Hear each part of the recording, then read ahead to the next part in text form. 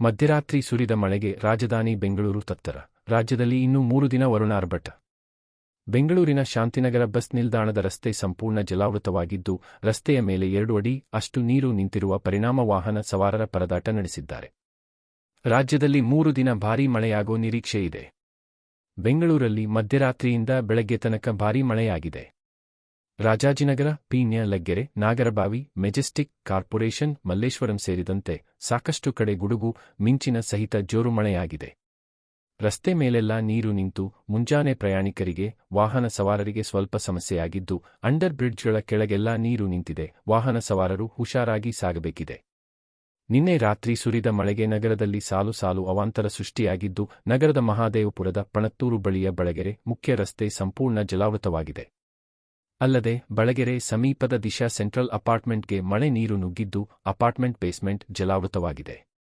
ಇತ್ತ ಭಾರೀ ಮಳೆಗೆ ಮಾರತ್ಹಳ್ಳಿ ಬಳಿಯ ಸೊನೆಸ್ಟಾ ಸಿಲ್ವರ್ ಓಕ್ ಅಪಾರ್ಟ್ಮೆಂಟ್ಗೆ ನೀರು ನುಗ್ಗಿದೆ. ಮಳೆಯಿಂದಾಗಿ ಹರಿದ ನೀರಿಗೆ ಅಪಾರ್ಟ್ಮೆಂಟ್ ತಡೆಗೋಡೆ ಕೂಡ ಕುಸಿತವಾಗಿದ್ದು, ನಿವಾಸಿಗಳು ಆತಂಕಗೊಂಡಿದ್ದಾರೆ.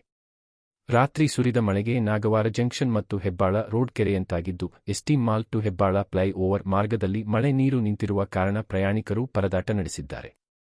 ಇನ್ನು ಚಿಕ್ಕಪೇಟೆ ಮೆಟ್ರೋ ಸ್ಟೇಷನ್ ಮುಂಭಾಗದ ರಸ್ತೆಯಲ್ಲಿ ನೀರು ಸರಾಗವಾಗಿ ಹರಿದು ಹೋಗದ ಪರಿಣಾಮ ವಾಹನ ಸವಾರರ ಪರದಾಟ ನಡೆಸುತ್ತಿದ್ದ ದೃಶ್ಯಗಳು ಕಂಡುಬಂದಿದೆ.